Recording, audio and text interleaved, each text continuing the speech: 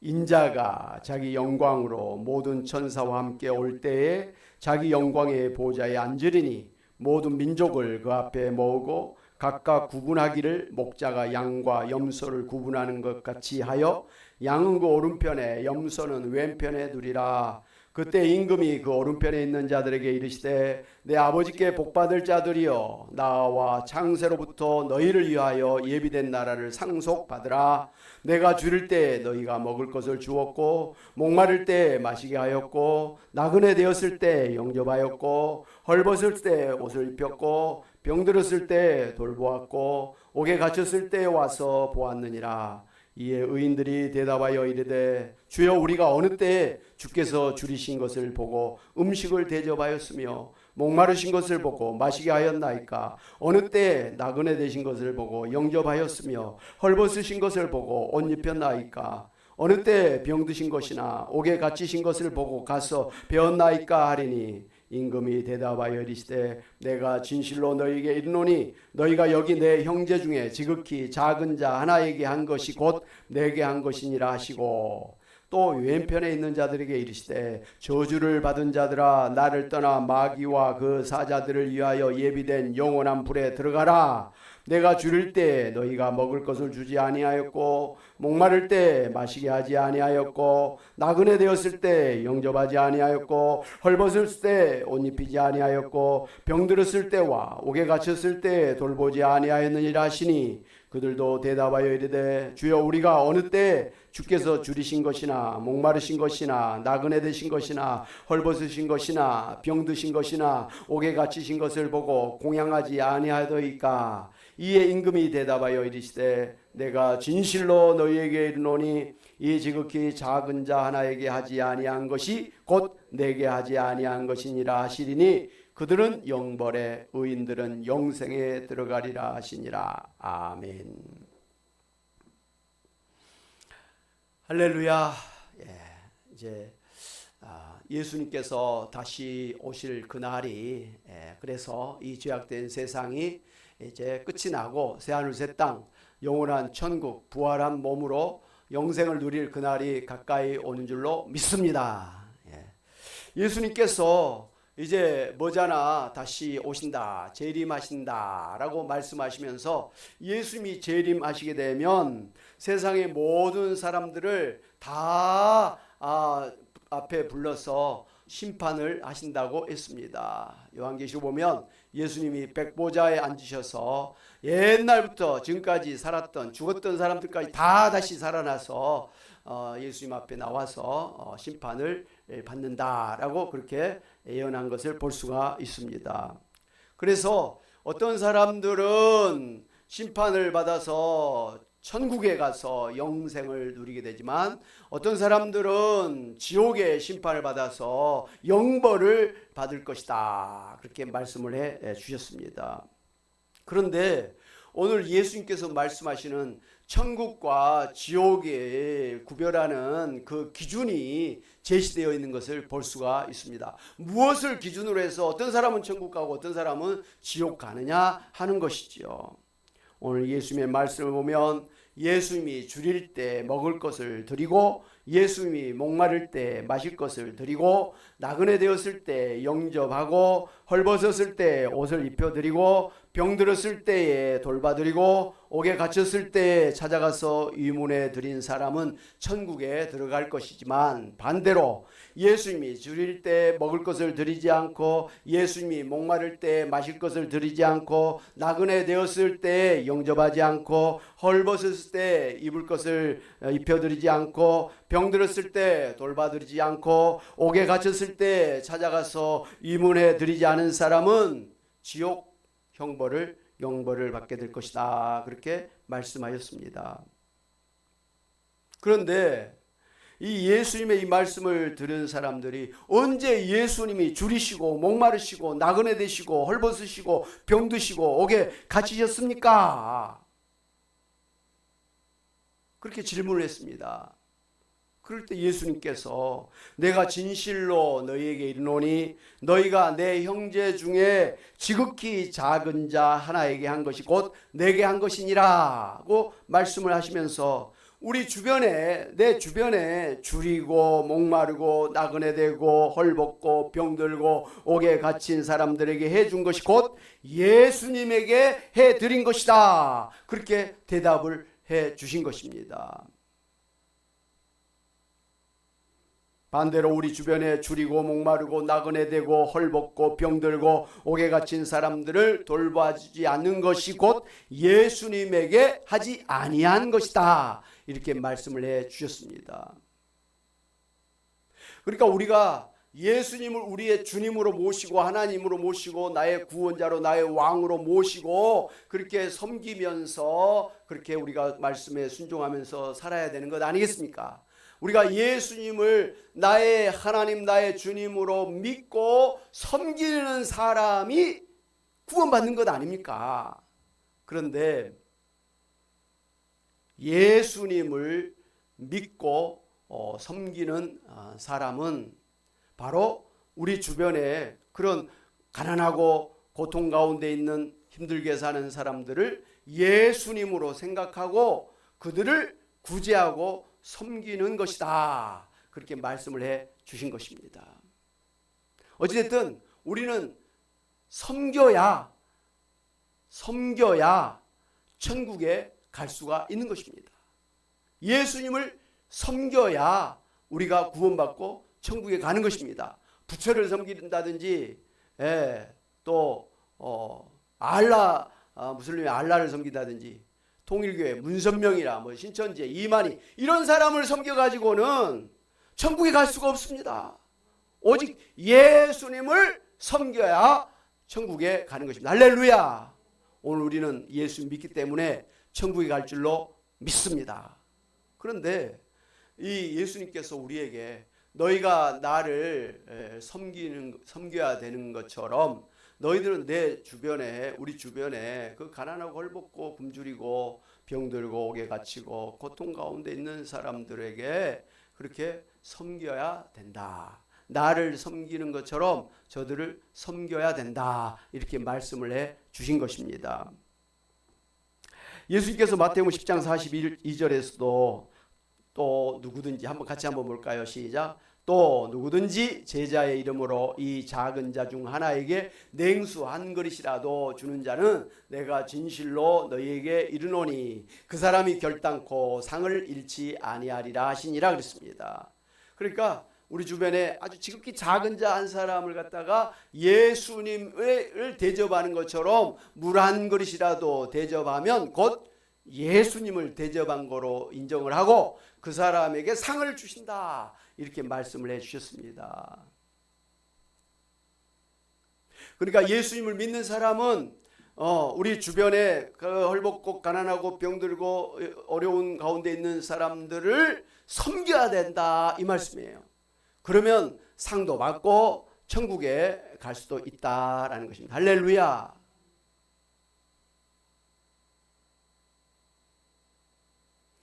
오늘 우리 대한민국에 예수 믿는 성도들이 착각하는 게 하나 있어요. 그냥 내가 예수 믿는다 하면 다 되는 것으로 아는데요. 성경을 자세히 보면 그렇지 않습니다. 예수를 믿으면 그 믿음이 행함으로 나타나야 되는 거예요. 내가 말로만 내가 마음으로 나 예수 믿는다 이거로 하면 안 되는 거예요. 행함으로 나타나야 돼. 야고보서에 행함이 없는 믿음은 죽은 믿음이다. 너희는 너희의 믿음이 살아있는 것을 증거해봐라. 이렇게 말씀하셨지 않습니까? 오늘 우리의 믿음이 살아있는 믿음이라는 것을 우리가 증거하기 위해서는 우리의 그 믿음이 행함으로 나타나야 되는 거예요. 우리가 예수님을 믿기 때문에 오늘 주일날 우리가 구별해서 교회에 나와서 예배 드리고 있는 줄로 믿습니다. 예배 드리는 게 우리의 신앙의 고백이에요. 행함이에요. 이거 게으른 사람은 교회에 나오기 힘들어요. 아침에 일찍 말이죠. 꽃단장하고 또 교회까지 오고 빈손으로 오지 않고 또 뭐 나름대로 헌금도 준비해야 되고 또 어떤 분들은 또 교회 가서 뭐 차량 봉사도 해야 되고 식당 봉사도 해야 되고 청소도 해야 되고 뭐 여러 가지 또 교사로 뭐 교통 할 게 참 많이 있어요. 다 쉬는 날 누가 교회 와서 손에 물을 묻히면서 말이죠, 앞치마 들고 봉사하기를 누가 원합니까? 대접이나 받고 싶지. 그렇기 때문에 교회 와서 예배 드리는 것부터 해서 봉사하는 것 모든 게 다 우리의 믿음을 행하는 그런 증거가 되는 것입니다. 할렐루야. 그러니까 말로만 나 예수 믿는다, 내가 속으로만 예수 믿는다 하면서 예배 안 드린다, 그건 믿음이 죽은 믿음이에요. 주변에 그런 사람 많이 있어요. 저 개인 신상란에 종교, 기독교 이렇게 써놓고 교회를 안 다녀. 우리 부모님이 교회 장로님이고 권사님이니까 뭐 이렇게 하면서 자기는 교회 안 다녀. 그런 사람은 죽은 믿음이에요. 죽은 믿음에는 성령이 안 계셔. 그럼 죽은 믿음은 천국에 갈 수가 없는 것입니다. 그렇게 착각하고 잘못된 그런 신앙으로 난 예수 믿네라고 하면서 교회 안 다니는 분들 정신 바짝 차려야 돼요. 다시 예수님 믿어야 되는 거예요. 어떻게 신앙을 그런 식으로 배웠냐는 거예요. 어느 교회 어느 목사님이 그렇게 가르쳤느냐는 거예요. 오늘 우리 교회에서는 절대로 그렇게 가르친 적이 없습니다. 마음으로 믿어야죠. 입으로 고백해야죠. 그러나 그 믿음을 행함으로 실천해야죠. 예배 드려야죠. 헌금 생활해야죠. 봉사해야죠. 전도해야죠. 말씀을 배우고 말씀대로 행하려고 수고를 해야죠. 그런 행함이 있어야 되는 거예요. 그런데 우리가 예수님을 섬긴다라는 거, 오늘 성경에 보니까 예수님 안 보이잖아요. 그런데 안 보이는 예수님께서는 보이는 주변 사람들을 섬김으로 그렇게 대신하셨다라는 거예요. 할렐루야. 섬겨야 되는 거예요. 우리는 예배 드리는 것도 섬김, 또 다른 사람을 구제하고 봉사하는 것이 바로 예수님을 섬기는 것이다, 이 말이에요. 그렇잖아요. 섬겨야 되잖아요. 우리는 예수님을 섬기는 종이니까 섬겨야 되잖아요. 근데 우리가 과연 일주일 하루하루를 살면서 예수님을 섬기면서 살고 있냐고요. 구제하셨냐고요. 병문안 다니셨냐고요. 헐벗은 자에게 옷을 입혀드리고 나그네 된 자에게 집에 대접해서 식사도 대접하고 그러셨냐는 거죠. 예수님이 헐벗었으면 당연히 옷을 입혀드리고, 예수님이 배고파하신 걸 알면 당연히 식사를 대접하고, 예수님이 갈 데가 없으시면 우리 집에 초청해서 대접을 하고, 예수님이 병원에 가 계시다 그러면 가서 또 신방을 하고 위로하고, 예수님 어떻게 돼갖고 무슨 감옥에 가셨다 그런 일이 없겠습니다만은, 그러면 또 우리가 감옥 가서 또 입원을 해야 되고 그래야 되는 것 아니겠습니까? 근데 우리가 예수님 안 보이시니까 오늘 성경 말씀에 언제 예수님이 아프고, 언제 예수님이 헐벗었고, 언제 예수님이 배고팠고, 언제 예수님이 아팠고 감옥에 갔습니까? 그런 줄 알았으면 우리가 당연히 예수님을 섬겼죠. 근데 도대체 무슨 말을 하십니까? 이렇게 지금 반문하고 있는 거예요. 요한일서 4장 20절 21절에는 이런 말씀이 있습니다. 같이 한번 합독하겠습니다. 시작. 누구든지 하나님을 사랑하노라 하고 그 형제를 미워하면 이는 거짓말하는 자니 보는 바 그 형제를 사랑하지 아니하는 자는 보지 못하는 바 하나님을 사랑할 수 없느니라. 우리가 이 계명을 주께 받았나니 하나님을 사랑하는 자는 또한 그 형제를 사랑할지니라. 이게 성경에서 말씀하시는 거예요. 이 말씀을 생전 처음 들어본 말씀이다 그러면 안 되는 거예요. 보이는 형제를 사랑하지 않는 사람이 보이지 않는 하나님을 어떻게 사랑할 수가 있겠느냐. 보이지 않는 하나님을 사랑하는 사람은 마땅히 보이는 형제를, 보이는 이웃이 어려움을 당할 때 구제하고 섬기는 것이 마땅하지 않느냐, 이런 말씀을 하신 것이죠. 하나님을 사랑하는 사람은 마땅히 그 형제를 사랑해야 된다. 하나님만 사랑하고 형제는 사랑하지 않고 미워하고 뭐 정죄하고 심판하고 죽이고 이렇게 하면 안 된다라는 거예요. 따라서 하나님을 사랑하면 이웃을 사랑해야 된다. 이게 지금 예수님이 하신 말씀이고 성경이 줄기차게 우리에게 말씀하시는 것입니다.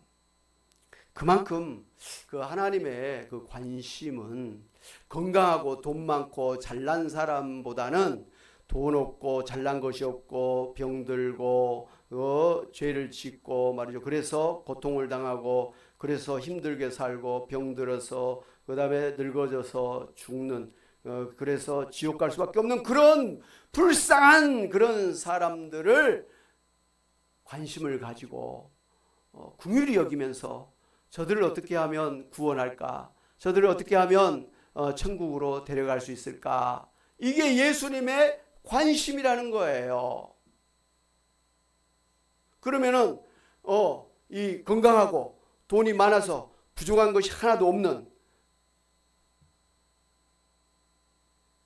죄도 하나도 없는 그런 사람은 그러면 예수님이 나에게는 관심이 없다는 말인가? 이렇게 섭섭해할 수 있잖아요. 그러나 천만의 만만의 말씀입니다. 왜 그렇습니까? 사람 중에 죄 없는 사람이 어디 있고, 사람 중에 일평생 살면서 병들지 않은 사람이 어디 있고, 사람 중에 물질에 어려움을 당하지 않은 사람이 어디 있습니까? 제가 알기로 우리나라의 대기업의 그 회장들은 처음부터 끝까지 무슨 성공만 하고 했던 사람들이 아니에요.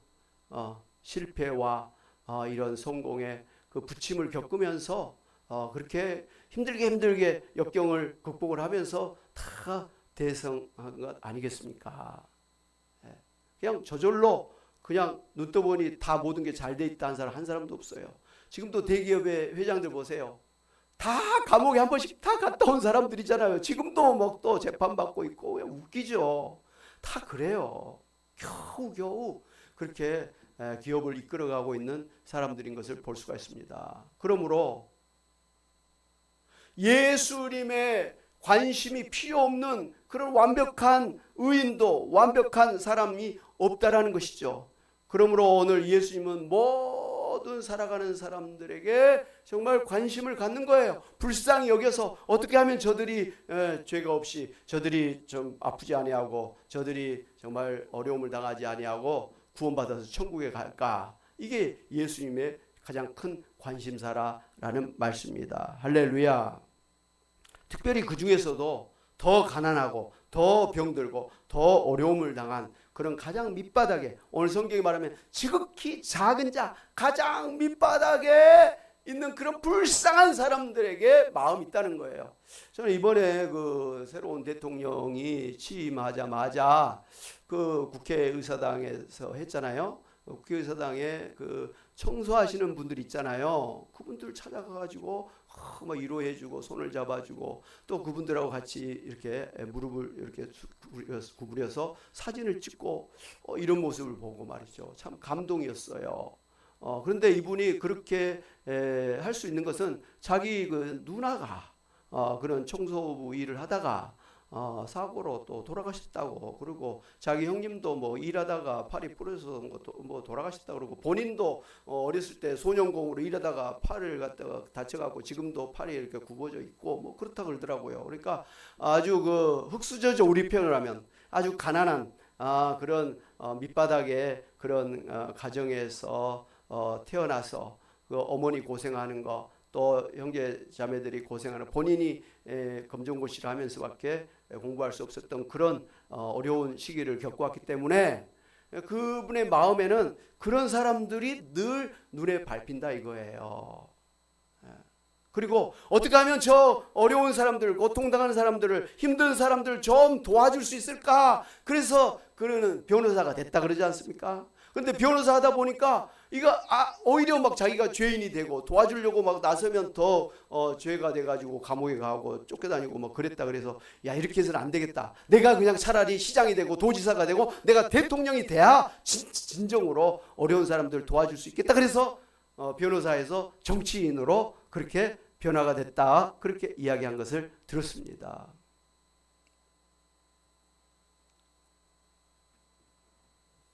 물론 뭐 우리나라의 역대 대통령들이 다 우리 국민들 어떻게 하면 잘 살게 할까 뭐 그런 마음으로 정치를 했죠. 그런데 이 대통령은 워낙에 그런 밑바닥 그런 인생을 거쳐왔기 때문에 그런 사람들을 갖다가 소홀히 할 수가 없다라는 것이죠.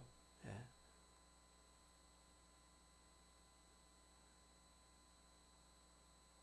그렇다고 해가지고 사업하시는 분들, 대기업 하시는 분들을 갖다가 힘들게 하면 그것도 또 잘못한 것이잖아요.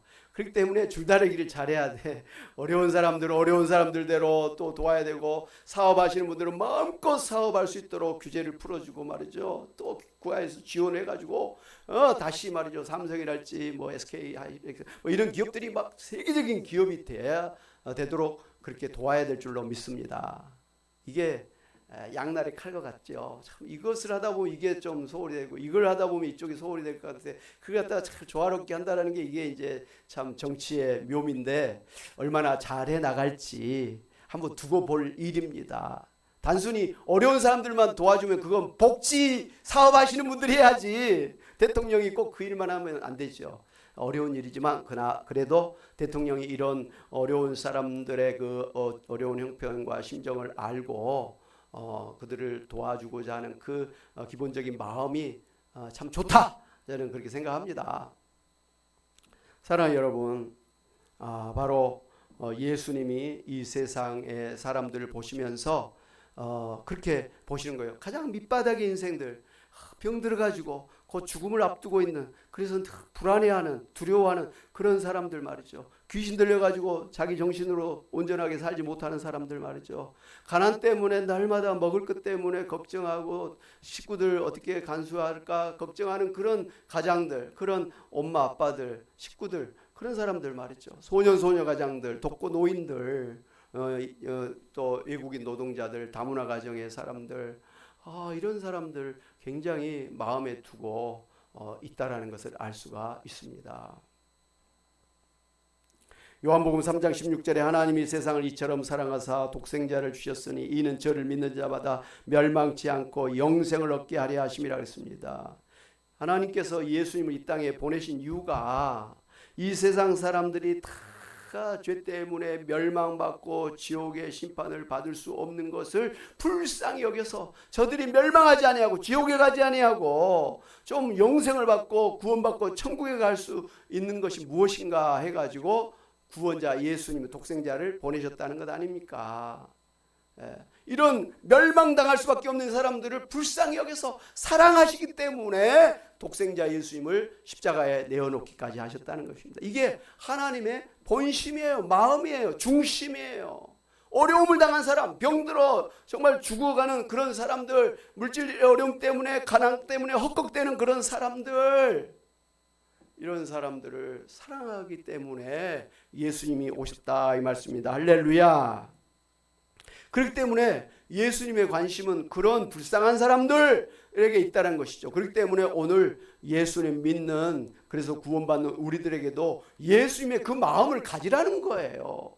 내가 저들을 불쌍히 여겨서 저들을 섬기기 위해서 내 목숨을 내어놓은 것처럼 너희도 그런 사람들을 불쌍히 여겨서 그런 사람들을 위해서 너희가 가진 물질을 내놓고 너희가 가진 생명을, 인생을 내놓고라서 좀 섬기는 삶을 살아라, 이렇게 말씀하신 것이죠. 마태복음 20장 26절 28절에서 예수님께서 제자들에게 이렇게 말씀하셨죠. 같이 한번 보겠습니다. 시작. 너희 중에는 그렇지 않아야 하나니 너희 중에 누구든지 크고자 하는 자는 너희를 섬기는 자가 되고 너희 중에 누구든지 으뜸이 되고자 하는 자는 너희의 종이 되어야 하리라. 인자가 온 것은 섬김을 받으려 함이 아니라 도리어 섬기려 하고 자기 목숨을 많은 사람의 대속물로 주려 함이니라. 아멘.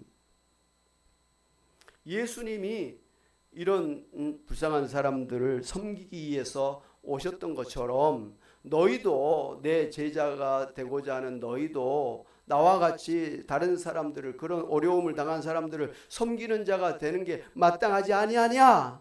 너희가 내 제자라고 하면서 나를 주님이라고, 스승이라고 믿고 따르면서 어찌 너희는 내가 하는 것과는 거꾸로 너희는 어떻게 섬김을 받으려 하고 대접을 받으려 하고 너희 그냥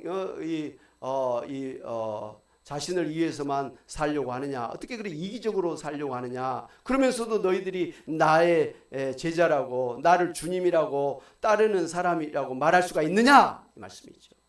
제자는 스승이 하는 것을 그대로 따라가는 사람이에요. 예수님은 우리를 제자로 삼는 우리의 스승이요 우리의 주님인 줄 믿습니다. 아멘. 야고보서 2장 26절에 영혼 없는 몸에 죽음같이 행함이 없는 믿음은 죽은 것이라고 하신 것처럼 고난 가운데 있는 불쌍한 사람들을 섬기는 행함이 없는 사람의 믿음은 죽은 믿음인 것을 알고 우리 주변에 줄이고 목마르고 나그네 되고 헐벗고 병들고 옥에 갇힌 사람들을 불쌍하게 생각하면서 구제하고 섬겨야 될 줄로 믿습니다. 예. 우리 교회 협동 장로님으로 계시는 신창환 장로님이 이번에 1박 3일 일정으로 필리핀의 그 두 군데 그 난민촌에 방문을 해가지고 스마트폰하고 그 중고죠 물론 그리고 쌀과 영양제와 구충제 이런 것들을 전달하기 위해서 지금 봉사활동을 하고 계십니다. 1년에 평균 쌀 120톤 그리고 약품이나 뭐 이런 여러 가지 총 4억 원 정도를 갖다가 이 필리핀 이 난민촌에다가 구제를 한다고 합니다. 이런 일을 한 번만 그런 게 아니라 매년 정기적으로 실시하고 있고 아예 그곳에 선교관을 이번에 건물을 사서 증축을 해서 선교관을 이제 설립을 해서 그것을 중심으로 해서 본격적으로 그렇게 구제와 선교 사업을 하게 되었다고 합니다. 이분 대한민국 최고의 펀드 매니저 아닙니까? 가만히 보면요. 이분 잠도 몇 시간 못 자고 계속 주식 그거 연구하고 가르치고 뭐 사람들에게 한마디로 정보 제공해 주면서 돈을 벌게 해주는 그런 최고의 그런 분이시죠. 그 굉장히 바빠요. 바빠갖고 말도 얼마나 빠른지 몰라. 전화하면 용건만 간단히 딱 하고 딱 끝내. 바쁘니까 막 전화기가 한 10개 돼. 막 여기저기서 막 계속. 하여튼 그렇게 바쁜 분인데 이상하게 이런 그 선교하고 또 시골 교회에 뭐 부흥회 한다고 이렇게 하면 그런데 다 일일이 신경을 쓰면서 이렇게 안부를 묻고 또 기도해주고 또 필요한 또 구제품이 있다 그러면 또 보내주고 그렇게 합니다. 사실 우리 교회 그분이 매달 이 50만 원 11조를 보내주잖아요. 여러 군데 보내주세요. 근데 50만 원 우리에게는 큰 돈이거든요. 그래서 참 우리한테는 감사한 분이에요. 이렇게 봉사하는 것이 자신의 마땅한 일이라고 생각하고 또 예수 믿는 사람이면 자기처럼 그래야 되는 거 아니냐, 교회가 당연히 그래야 되는 거 아니냐, 뭐 이런 것을 어렸을 때부터 배워가지고 그런 봉사의 삶을 아주 사는데 열심히 하고 있는 분입니다. 참 귀한 분이에요. 하나님은 이사야 58장 6절 11절에 이렇게 말씀하셨는데요. 같이 보겠습니다. 시작. 내가 기뻐하는 금식은 흉악의 결박을 풀어주며 멍에의 줄을 끌려주며 압제당하는 자를 자유하게 하며 모든 멍에를 꺾는 것이 아니겠느냐. 또 줄인 자에게 내 양식을 나누어 주며 유리하는 빈민을 집에 들이며 헐벗은 자를 보면 입히며 또 내 고륙을 피하여 스스로 숨지 아니하는 것이 아니겠느냐. 그리하면 내 빛이 새벽같이 비칠 것이며 내 치유가 급속할 것이며 내 공의가 내 앞에 행하고 여호와의 영광이 내 뒤에 호위하리니 내가 부를 때는 나 여호와가 응답하겠고 내가 부르짖을 때는 내가 여기 있다 하리라. 만일 내가 너희 중에서 멍에와 손가락질과 허망한 말을 제하여 버리고 손가락질과 허망한 말을 제하여 버리고 줄인 자에게 내 심정이 동하여 괴로워하는 자의 심정을 만족하게 하면 내 빛이 흑암 중에서 떠올라 내 어둠이 낮과 같이 될 것이며 여호와가 너를 항상 인도하여 메마른 곳에서도 내 영혼을 만족하게 하며 내 뼈를 견고하게 하리니 너는 물된 동산 같겠고 물이 끊어지지 아니하는 샘 같을 것이라 하고 축복을 하셨습니다. 가난한 자, 헐벗은 자, 고통당하는 사람들에게 구제하고 봉사하고 섬기면 하나님께서 축복해 주신다는 거예요. 병든 몸이 빨리 낫게 되고 이 아침빛같이 어둠이 사라지고 아침빛같이 그렇게 광명한 그런 날이 밝아지고 가족이 잘 되고 자녀들이 잘 되는 그런 축복을 해줄 것이다. 물된 동산같이 잘 되는 복을 주시겠다. 이렇게 말씀을 해주신 것입니다. 할렐루야. 예. 이렇게 고난 가운데 있는 사람들을 구제해서 섬기는 믿음의 삶을 살라고 명령하신 말씀을 따라서 초대교회부터 교회는 복음을 전파하면서 동시에 구제에 힘썼습니다. 이 초대교회는 우정의 방문이라 또 사랑의 방문이라고 해가지고 이 선물 끌어오미를 이렇게 포장을 해가지고 패키지로 해가지고 그 가난한 사람들을 찾아가서 그렇게 전달하고 가서 위로해주고 돌봐주고 하는 그런 일들을 해 왔었습니다. 네. 그런데 그런 이제 교회에서 이런 섬김의 그런 일들을 하다 보니까 점점 전문적으로 이제 발전한 게 오늘날의 사회 사업이 되는 거예요. 소셜워크라 그래서 이제 돕는 것도 그냥 대충 뭐 이렇게 하는 게 아니라 전문적으로 도와주는 거예요. 그리고 요즘은 이제 통합적으로 이렇게 도와주는 시스템이 돼 있어요. 이 가난한 사람이 단순히 물질이 없는 것만이 문제가 아니잖아요. 가난하니까 병원에 갈 돈이 없어서 몸이 아파. 가난하니까 또 애들 교육을 못 시켜. 가난하니까 집에 뭐 살림이 없어. 집안이 더럽고 뭐 지저분하고 뭐 이렇게 또 병이 생기고 또 사람들 사이에 또 이렇게 단절되어 있고 하여튼 가난한 그것 때문에 여러 가지로 힘든 일들이 있어요. 그 가난한 사람에게 쌀만 갖다 준다고 해서 되는 게 아니기 때문에 요즘에 이제 이 복지 전문 복지는요 통합적인 그런 시스템으로 접근하고 있어요. 우리나라도 금년부터 이제 모든 복지는 통합적이다. 어느 독거노인이 있으면 단순히 그냥 쌀만 갖다 준 게 아니라 정서 지원, 재정적인 지원, 이런 또 가사 지원 뭐 여러 가지로 통합적으로 그 사람들을 쫙 연결해 가지고 그 종합적으로 지원하는 시스템이 우리나라가 이번에부터 시작한다고 합니다. 그 일을 위해서 이제 뭐 직원이랄지 사회복지관 뭐 이런 사람들이 이제 중간 역할을 해서 하죠. 김용근 소장님이 그런 일 잘하시잖아요. 예. 그렇게 요즘은 전문적으로 하는데 이런 교회가 이런 했던 일들이 이제 국가에서 아주 돈을 들여서 전문적으로 하고 있죠. 그래서 유럽의 사회복지가 굉장히 발전이 돼 있어요. 그래서 이 가난한 사람들, 어려운 사람들이 살기 좋은 나라가 유럽이에요.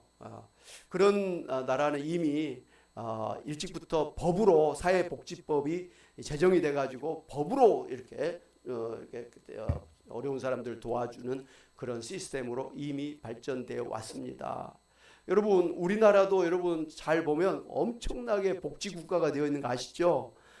다른 사람 몰라도 소위 수급자 가정이 있잖아요. 아니면 차상위 계층 뭐 거의 무료잖아요. 거의 무료예요. 집도 거의 무료로 제공하고 그 다음에 의료도 병원 가도 무료로 약국에 가도 무료지요. 또 그 자녀들도 무료로 교육을 하지요. 사회적 배려 대상자라서 대학교도 갈 수 있고 또 취업도 뭐 이렇게 비율을 줘서 취업할 수 있는 기회도 주시고 세금도 거의 없고 여러 가지로 혜택이 많이 있습니다. 예. 차상위 계층만 해도 엄청나게 혜택을 받잖아요. 엄청나. 그리고 우리 80이 된 우리 권사님들도 국가공무원이라 그래가지고 일을 하고 계시잖아요. 이건 굉장한 복지예요.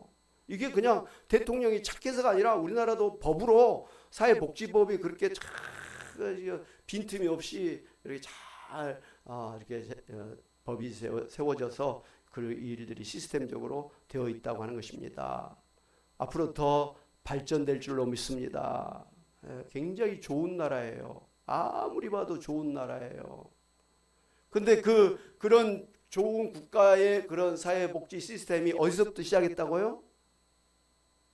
하나님으로부터, 예수님으로부터, 성경으로부터, 교회로부터 시작된 거예요. 그런데 교회도 우리 초대교회부터 지금까지 있잖아요. 막 전도만 한 게 아니에요. 엄청나게 사회봉사, 구제사역을 많이 했었어요. 아시죠? 그런데 어느 때부터 교회가 이런 일을 안 하는 거예요. 나라에서 하니까 교회는 안 하는 거예요. 그냥 예배드리고 자기들끼리 그냥 재밌게 놀다 가는 거예요. 원래 교회가 그게 아니에요. 하나님을, 예수님을 섬겨야 되는 게 교회인데, 보이지 않는 예수님 대신에 우리에게 보이는 주변 사람들을 섬기는 것이 곧 나를 섬기는 것이라 해서 섬기는 삶을 살라고 했기 때문에 국가가 하든 말든 교회는 교회가 또 해야 되는 일이에요. 그래서 우리 교회도 개척해서 처음부터 이 지역사회 복지, 구제사역 이런 것들을 해왔지 않습니까? 그때 만났던 권사님들이 지금까지 오신 거예요.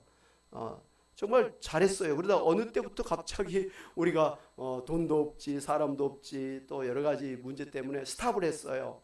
그랬더니 교회가 약해져 버린 거예요. 그 뒤로 이 길을 못 찾고 그냥 예배만 드리고 있는 거예요. 그래서 이게 아닌데, 예배도 당연히 드려야 되지만 전도도 해야 되지만 봉사해야 되는데 그게 안 돼가지고 그걸 아는 그 사회복지 목회 비전을 가진 목사로서 답답한 거예요. 이게 아닌데, 이게 아닌데 내가 왜 이렇게 예배만 드리고 있지?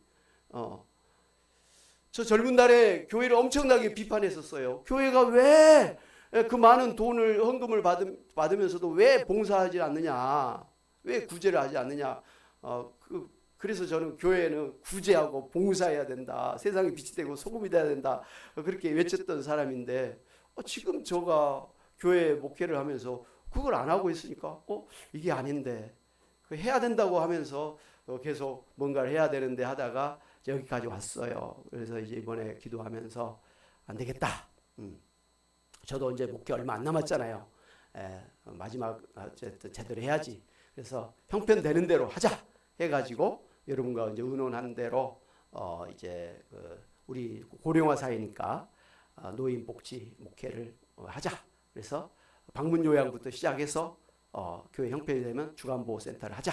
뭐 이렇게 우리가 의논해서 그 일을 지금 이렇게 준비하고 하고 있는 것입니다. 사랑하는 여러분, 어쨌든 우리가 하나님을 섬기는 것처럼 보이는 또 어려움을 당한 사람들을 섬기는 것이 마땅할 줄로 믿고 주님을 사랑하는 것이 곧 이웃을 사랑하는 것이다. 이웃을 사랑하는 것이 곧 주님을 사랑하고 섬기는 것이다. 이 마음을 가지고 개인적으로도 구제 삶을 살아야 되겠고, 또 교회 차원에서도 더 전문적으로 본격적으로 이런 섬김의 사역을 감당해야 될 줄로 믿습니다. 그래서 주님께서 말씀하신 대로 우리 정말 병든 자는 더 오히려 고침을 받고 하나님의 참으로 약속하신 축복의 역사를 누리는 여러분과 또 교회가 되시기를 주님의 이름으로 축원합니다. 아멘. 우리 말씀을 생각하면서 찬양 같이 하겠습니다. 찬송가 503장입니다.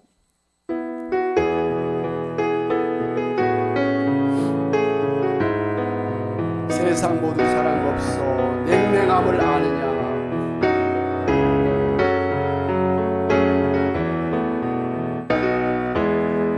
세상 모두 사랑 없어 냉랭함을 아느냐. 곳곳마다 사랑 없어 간신 소리 부릴세. 악을 섬게 만들고 모든 소망 이루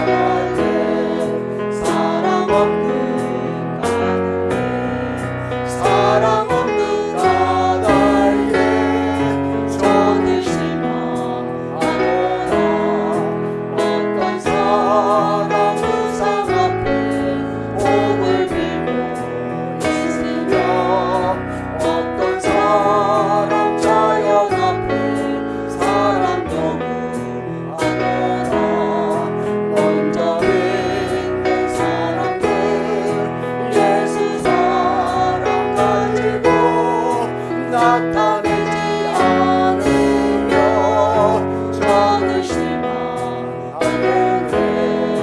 예수 사랑 가지고 예수 사랑 가지고 나타내지 않으면 저는 실망하겠네. 기발 중에 있는 영혼 사랑받기 원하면